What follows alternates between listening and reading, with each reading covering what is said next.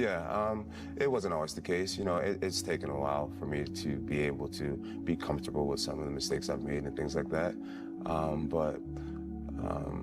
But I'm grateful that I am at a place where I'm comfortable with who I am, comfortable in my own skin, and you know, there's no good without bad. You know, so yeah, so I'm grateful. That has helped me get to the point that I am now, and something that you can take with you is studying. You know, a lot of athletics is not just a physical thing. You know, I try to study my competition. I try to study nutrition.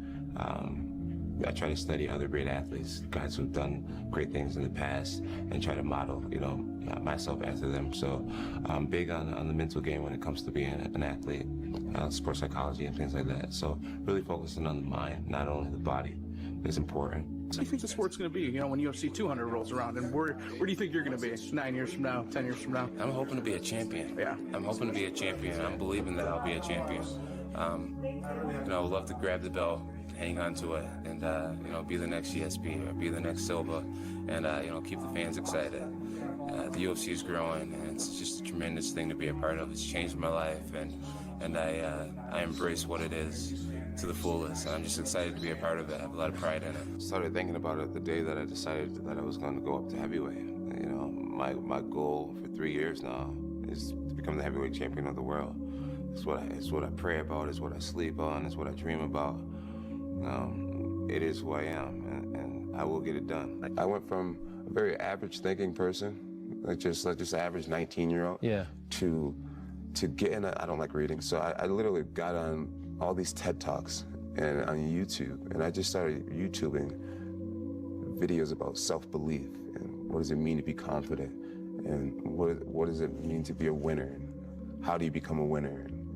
And I would watch hours and hours of Tony Robbins and Les Brown and TED Talks, and I like taught myself how to believe in myself and how to think that I was greater than just this kid that was a dropout who, you know, never really had great grades, never really was the starter, never was the captain of a team, was just always kind of this average person. And overnight, I taught myself that I could be great and change myself forever. And I'm forever grateful. I'm never going back. I would say throughout my martial arts career, the biggest life lesson that I've learned is the power of the mind, and just how important it is to look at yourself at a high regard and to believe in yourself.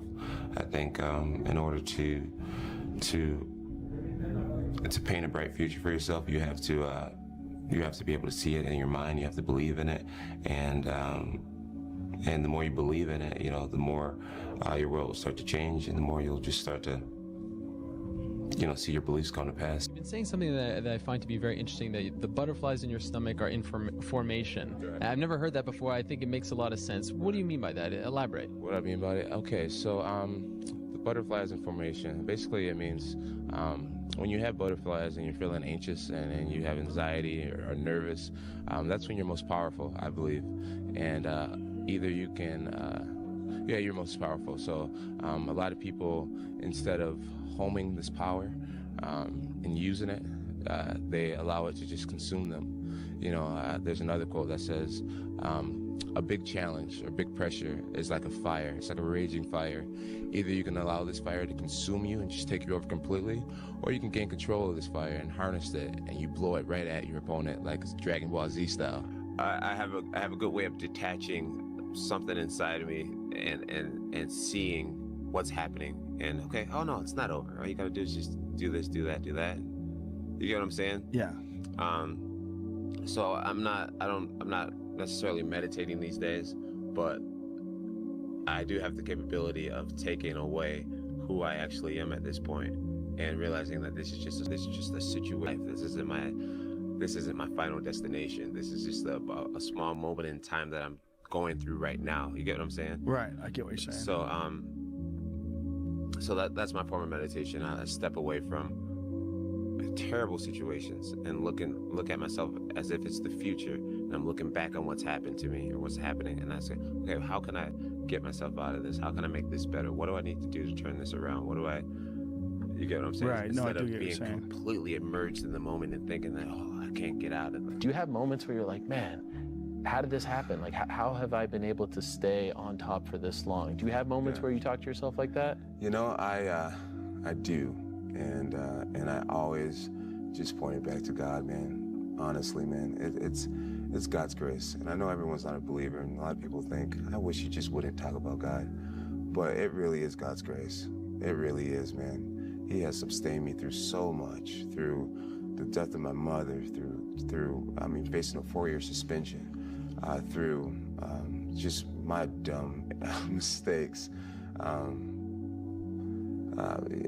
He's probably protected me in ways that I don't even know he has. But really, I just pointed to God's grace, man. You know, I wear this tattoo on my chest, Philippians 4:13, that I can do all things through Christ who gives me strength. And I genuinely believe that I can do anything. And I'm not surprised that I'm still here. And I believe that I could possibly be here a decade from now. It's amazing for a guy who I believe was a janitor, right? And you got into this because you needed to get some money for diapers, right? Yeah, I was applying to, I was a bouncer actually, making $50 a night, and I was applying to be a janitor because I would have benefits. Wow.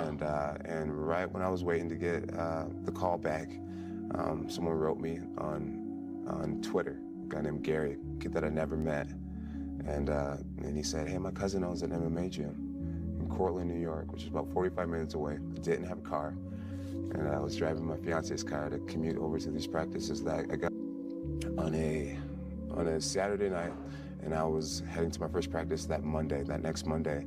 The kid changed my life forever. He just planted a seed in my MySpace. Let yourself down. It's never over. As long as you never quit, it's never over. A lot of people were surprised when they found out that you've been signing your name as Champ 2011. How did that come about? You know, I believe in the law of attraction, and I believe that that you can speak things into existence. And I believe that when you know where you're going and you know what you want, the universe has a way of stepping aside for you. And me signing my